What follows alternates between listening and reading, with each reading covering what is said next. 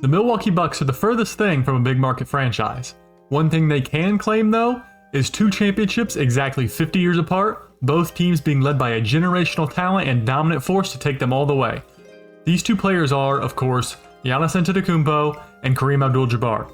Kareem, an icon of the game and almost unanimously considered a top 10 if not top 5 player in the history of the game, solidified his legacy long ago, while Giannis' story is still being told. That being said, the record for the Bucks is remarkably close as far as accolades go. Kareem with 3 MVPs, 1 Finals MVP, and 1 championship. Giannis with 2 MVPs, a Finals MVP, and a championship. I think if Giannis keeps up this pace and stays in Milwaukee his whole career, he will easily take the title of the greatest Buck of all time. But is he there already? A lot of fans seem to think so, while to others it isn't so clear. Today we are going to break down the games of both players as they were during their Bucks careers alone, and see which player currently reigns supreme as the greatest Milwaukee Buck of all time.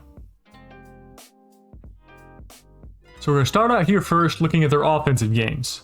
Offensively, they are totally different players, but both guys did the majority of their scoring on the interior, obviously. Starting off with Kareem, anyone familiar with his game knows that he was one of the most unstoppable back-to-the-basket bigs of all time. And his career was built off of the skyhook, probably the most unstoppable single move in the history of the NBA.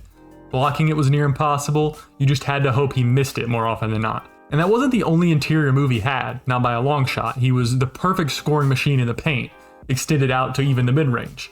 He was 7'2" and very mobile for that era, not to the level of some of the more mobile bigs today like what Wembanyama projects to be, for example, but definitely as mobile as someone like Joel Embiid. Kareem was huge and used his size and quickness to rise up and dunk on defenders often.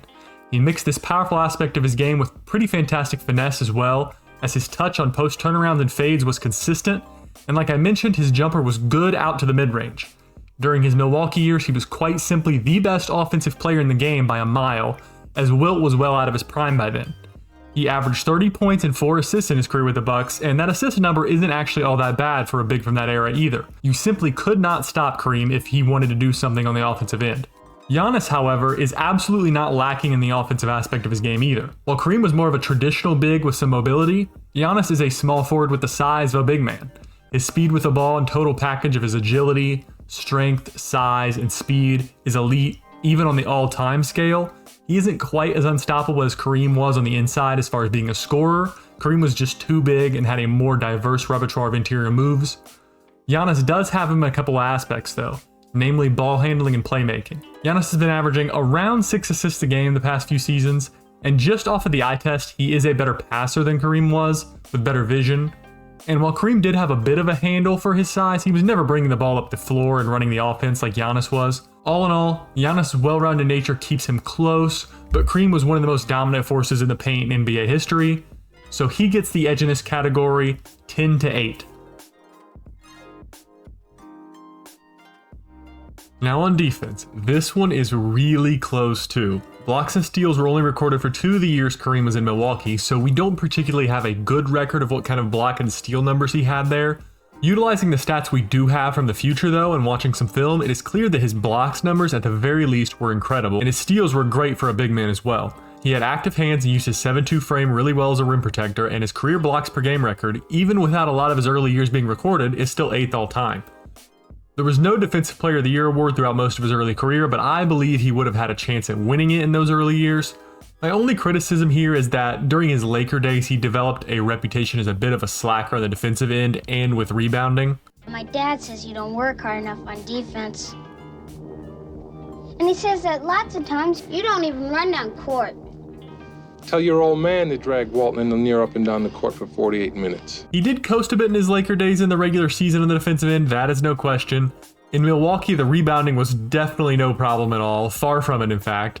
Defensively, there were times where he seemed less engaged even in the Milwaukee days though, much more rare than later in his career, but it did happen.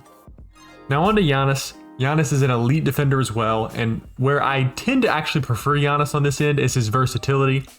He's a near 2-block, 2-steal-a-game player, and you can legit put him on 1 to 5. I would have zero qualms with Giannis guarding a 1. His lateral quickness and length is easily solid enough to stick with most guards, and he is definitely strong enough to competently guard 5s as well, even if it's not ideal.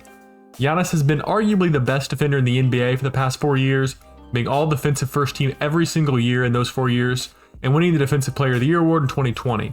To me, as great of a defender as Kareem was, especially as a rim protector, he wasn't as consistent or as versatile as Giannis as a whole on this end, so I will give it to Giannis 10-9. Next up, accolades. So going through these categories, you can really see why this is a debate. They are so close at everything. This category is no different. Kareem specifically for the Bucks totaled 3 MVPs, a Rookie of the Year, 4-team All-Defensive Team, scoring champ, and an NBA champion. The championship was really important in the history of the Bucks. Being a young franchise, they needed some luck to keep some staying power, and they got it by drafting Kareem. Giannis has less total in the way of accolades. He did win the Defensive Player of the Year, though like I mentioned, Kareem couldn't have won Defensive Player of the Year. Giannis also had 1 less MVP and no Rookie of the Year, but they both do have a ring. I will say, while Giannis' ring wasn't the first in the history of the Bucks, it felt monumental, at least to me. Maybe it's due to how great of a series that was, but it's one of my personal favorite final series I have seen in my life. So many great moments in that series with Giannis just putting his team on the back. In my opinion, probably the most memorable final series in maybe the past, 5 years or so. At least since the Cavs-Warriors series with the LeBron block and the Kyrie fadeaway 3. But in conclusion here though, Kareem has more accolades and was completely unstoppable in the year they won their ring, as they only lost 2 games in that whole playoffs. Kareem does take this category 10-9. Now the final category, intangibles. This is a category that I find to be incredibly important in the case of Giannis and Kareem. If you look online and in most Bucks forums, when this question is posed, I see the consensus being that Giannis is the greatest Buck of all time at maybe like a 90% rate favoring Giannis over 10% to Kareem amongst Bucks fans. After looking into their games, why is that? Kareem seemed to be the more statistically impressive player, definitely on the offensive end, arguably on the defensive end as well, and he has an extra MVP and Rookie of the Year award that Giannis does not, so why so much support for Giannis? Well, the answer is, you become great not just by your skill on the court, but your impact off of it. Kobe Bryant, for example, is considered by not an insignificant portion of people to be the greatest player of all time. That to me is not true. There are numerous players that have better bodies of work over their career, but if you take some time to understand why there are people that think this, you can get to the essence of what makes a great athlete. Kobe was not just good on the basketball court. His passion, hard work, exciting play, and full embrace of the Los Angeles community is how he developed this reputation that surpasses simply what he did on the court. And Giannis is much of the same to Bucks fans. Giannis has been so involved in the Milwaukee community that it is hard to elaborate.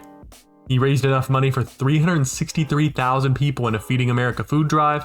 He has been to food banks himself to serve and provide for the less fortunate in the Milwaukee area. And he even donated $1 million to the Milwaukee area mental health services. In contrast, Kareem was mainly apathetic to the Milwaukee community. The quote when asked why he wanted to leave basically sums it up. He said, "I don't have any family or friends here. The things I relate to don't happen to be in this city to any meaningful degree. Culturally, what I'm about and what Milwaukee is about are 2 different things. The reason I haven't commented on this before is I don't want to take a knock on Milwaukee or the people here and have them think they're unworthy of me. That is not what it's about. I have no unkind feelings toward the people of Milwaukee or Wisconsin. I want to underline that. My family and friends aren't here, and culturally, what I'm into does not exist here. My stay with management has been great, and the personnel on the team are great. I have no complaints on that." Now, I nor anyone else should have any hard feelings toward Kareem for this opinion. If you don't feel at home somewhere and you don't enjoy it, you by no means should have to stay. But part of being an all-time great for a franchise is being a guy that gave back to the community all the love they gave to you. Giannis is the perfect example of that. Kareem just never connected to the city of Milwaukee, and while his accolades were vital to the franchise history and he's still a legend there because of it, Giannis means so much to that Milwaukee community that he gets a huge edge here. I'm saying Giannis 10 in this category, Kareem 5. In conclusion, Kareem at his peak was a bit more dominant than Giannis purely as a player. Again, we are looking at a top 5 player in the history of the NBA in my opinion, and his best statistical years did come in Milwaukee. That being said, his slightly better peak does not make up for the things encompassing greatness that cannot be measured by stats. Like I said earlier, Giannis stayed, Kareem did not. It's really that simple. Giannis is a player that is an all-time great and has stuck around for his whole career, at least so far, and has embraced a community unlike any player they've had before. If I were a Bucks fan, I would consider that guy more of an icon of the franchise than the guy who, while literally being one of the best players ever, never truly embraced the community and left for the bright lights of Hollywood as soon as he got the chance. And this isn't me here trying to minimize Kareem's impact on the Bucks franchise as a whole. He won them a ring, their first, which is huge for a small market franchise and provided some insanely high quality years as a player. But when you are comparing two guys who are as close in statistics and performance as these two are, you have to factor in things like loyalty and longevity. Giannis has now been on the Bucks for 9 years to Kareem's 6, and will likely be there quite a few more years to come. Kareem is the best player to ever play on the Bucks as far as overall career and talent, but he is not the greatest Buck. I couldn't pinpoint the exact moment that Giannis surpassed Kareem. Maybe it was when he signed that contract extension, but he is currently, in my opinion, the greatest Buck of all time.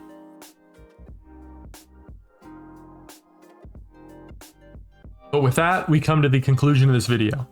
Thanks to all who have stuck around here to the end. As always, means a lot. This is the second video in my NBA Versus series, and I really enjoy making them. If you like this one, go check out the one I did on Tyrese Halliburton and Jalen Brunson. If you like content like this, go ahead and give it a like and subscribe. If you agree or disagree with what I said in this video, make sure to leave a comment down below. I always like to hear what people have to say about videos like this. It's always fun to debate, who's the greatest for a certain franchise. That's one of the more enjoyable things about being a fan of the NBA, is just simply debating over players, in my opinion. So yeah, if you have an opinion on what I said in this video, go ahead and leave a comment down below. But with all that, thanks again for watching. Hope you guys enjoyed this one. Hey, thanks again for watching this video. If you like what you saw, go ahead and click on one of these videos here to see more.